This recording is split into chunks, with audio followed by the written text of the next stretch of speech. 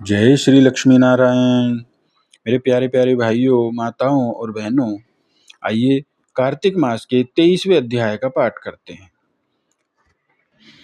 राजा पृथु पूछने लगे कि हे नारद जी, आप वेद शास्त्र तथा पुराणों के जानने वाले हैं, सो कृपा करके यह बताइए कि किस देवता की कितनी कितनी परिक्रमा होती है और उनका क्या क्या फल होता है। यह वार्ता सुनकर नारद जी कहने लगे कि देवी की 1, सूर्य की 7, अग्नि की 7, गणेश जी की 3, शिव जी की आधी, पितरों की 3 अथवा 4 तथा विष्णु की 4 परिक्रमा होती है। इस संबंध में ब्रह्मा जी का कहा हुआ एक इतिहास सुनो, जिसमें बृहस्पति जी तथा इंद्र का संवाद है। वैवस्वत मनवंतर में एक समय सब देवताओं सहित इंद्र बृहस्पति जी के पास जाकर उनसे पूछने लगा कि हे गुरुदेव, ब्रह्म काल में पहले यह सृष्टि कैसी थी? इंद्र तथा अन्य देवगण कैसे थे और उनका कर्म कैसा था? यह सुनकर बृहस्पति जी कहने लगे, उस समय की बात तो हम भी नहीं बता सकते, क्योंकि उस समय को 6 मनवंतर बीत चुके हैं। परंतु आपके ही नगर में एक सुधर्मा नाम वाला है, वह सब कुछ बता सकता है, अतएव उसके पास चलिए। तब बृहस्पति जी सब देवों तथा इंद्र को साथ लेकर सुधर्मा के पास आए। सुधर्मा ने गुरुजी सहित इंद्रादि देवों का पूजन तथा आदर सत्कार किया। इंद्र सुधर्मा की राज्य लक्ष्मी तथा वैभव देखकर दंग रह गया।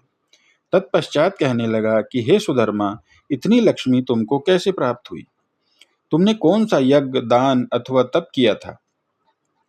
तथा ब्रह्मकल्प के से पहले की बात तुम कैसे जानते हो? यह सब हमसे कहो। सुधर्मा कहने लगा, हे इंद्र, जब चारों युगों की 1000 चौकड़ी बीत जाती है, तब ब्रह्मा का एक दिन होता है। उस एक दिन में 14 मनु और इंद्र होते हैं। जब हम विष्णु लोक में थे, तब वहां पर रहते हमारे सामने इतने ब्रह्मा हो चुके हैं कि उनकी हम गणना नहीं कर सकते। उसके पश्चात जब हम यहाँ स्वर्ग में आए, तो हमने जो भी अच्छा कर्म किया और जिसके कारण हमने इतनी लंबी आयु पाई, उसको सुनो। पहले जन्म में हम मांस खाने वाले गिद्ध थे। एक समय कार्तिक शुक्ला नवमी को श्री विष्णु के मंदिर पर बैठे हुए थे। तभी एक शिकारी ने हमको बाण मारा, जिससे हम घायल होकर मंदिर में जा गिरे। उसी समय मांस के लोभी एक कुत्ते ने आकर मुझको पकड़ लिया। उस कुत्ते को देखकर और कुत्ते भी वहां पर आ गए। वह कुत्ता उनके डर के मारे मंदिर के चारों ओर चक्कर लगाने लगा। दूसरे कुत्ते भी उसके पीछे पीछे भागते रहे। इस प्रकार सबकी प्रदक्षिणा हो गई। इसी बीच मेरी मृत्यु हो गई। उस प्रदक्षिणा के प्रभाव से भगवान बहुत ही प्रसन्न हुए और मुझको अपना परम पद दे दिया। यह बात सुनकर इंद्र को अत्यंत प्रसन्नता हुई और उन्होंने विधि पूर्वक भगवान का पूजन तथा प्रदक्षिणा की।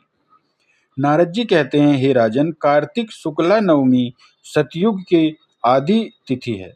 उस दिन भगवान की पूजा, प्रदक्षिणा, दान, तप तथा यज्ञ करने से कई गुना फल प्राप्त होता है। यदि कार्तिक कृष्णा नवमी को मथुरा में जाकर भगवान की पूजा व प्रदक्षिणा की जाए, तो उसके फल का तो कहना ही क्या है।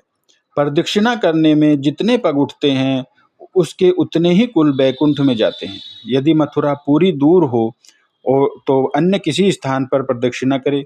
यदि वह भी न हो सके तो ब्राह्मण विष्णु की मूर्ति, गो या गो के स्थान, शालिग्राम और तुलसी की ही प्रदक्षिणा कर लेवे।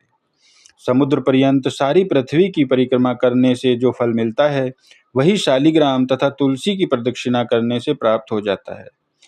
गो, ब्राह्मण, देव, मंदिर, यह सब शालिग्राम की मूर्ति के बराबर हैं। कार्तिक शुक्ला नवमी को ब्राह्मण, गो, देवालय, तुलसी, वन, साधु, वैरागी, जीवन मुक्त, गृहस्थ, वेद, उपवेद तथा पुराण, यह सब ग्राम में ही वास करते हैं। यदि ग्राम की प्रदक्षिणा करनी हो तो प्रातः काल उठकर स्नान आदि क्रिया से निर्वत हो, कमंडल हाथ में ले ओम नमो भगवते वासुदेवाय मंत्र का जाप करता हुआ सूर्योदय से पूर्व ही प्रारंभ करे।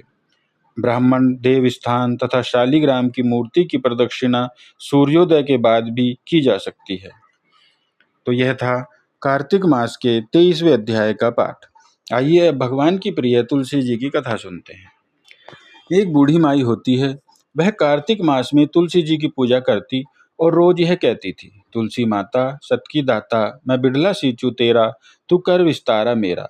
अडवा दे लड़वा दे, पीतांबर की धोती दे, मीठा मीठा ग्रास दे, झालर की झनकार दे, बैकुंठ का वास दे और श्री कृष्ण का कांधा दे। रोज पूजा करती और यह कहकर चली जाती। यह देखकर तुलसी माता सूखने लग गई। एक दिन श्री कृष्ण बोले, तुलसी तुम क्यों सूख रही हो? सब औरतें आती हैं, पूजा करती हैं, मीठा भोग लगाती हैं, गीत सुनाती हैं, फिर तुम क्यों सूख रही हो? तुलसी माता बोली, प्रभु एक बूढ़ी माई रोज आती है, पूजा करती है और रोज यह कहती है, हे तुलसी माता सत की दाता, मैं बिड़ला सींचू तेरा, तू कर विस्तारा मेरा। अडवा दे लड़वा दे, पीतांबर की धोती दे, मीठा मीठा ग्रास दे, झालर की झनकार दे, बैकुंठ का वास दे और श्री कृष्ण का कांधा दे। भगवान और तो मैं सब पूरा कर सकती हूँ, पर श्री कृष्ण का कांधा कहाँ से दूंगी? भगवान बोले, तुलसी तुम चिंता न करो, मैं बूढ़ी माई को कांधा दे दूंगा। कुछ दिनों के बाद बूढ़ी माई की मृत्यु हो गई। सब गांव के लोग उसे उठाने लगे, पर बूढ़ी माई बहुत भारी हो गई, वह किसी से उठी ही नहीं। तो लोग बोले, यह बूढ़ी माई तो बहुत पूजा पाठ करती थी, फिर क्यों नहीं उठती? कुछ लोग बोले, पापिन थी इसीलिए नहीं उठती। तब वहां भगवान एक बालक का रूप बनाकर आए और बोले, भाइयों मैं बूढ़ी माई के कान में कुछ कहना चाहता हूँ। तो लोग बोले, ठीक है भाई, तुम भी कह लो। भगवान ने कहा, बूढ़ी माई अडवा ले लड़वा ले, पीतांबर की धोती ले, मीठा मीठा ग्रास ले, झालर की झनकार ले, बैकुंठ का वास ले और ले श्री कृष्ण का कांधा भी ले। इतना सुनते ही बूढ़ी माई हल्की हो गई और इस तरह से श्री कृष्ण के कांधे पर बैकुंठ को चली गई। हे तुलसी माता, इसी तरह अपने सभी भक्तों पर कृपा करना, उनकी रक्षा करना, उन पर दया करना। जय तुलसी माता। बोलिए जय श्री लक्ष्मी नारायण। जय सिया राम। जय श्री राधे कृष्णा। राधे राधे। राधे राधे।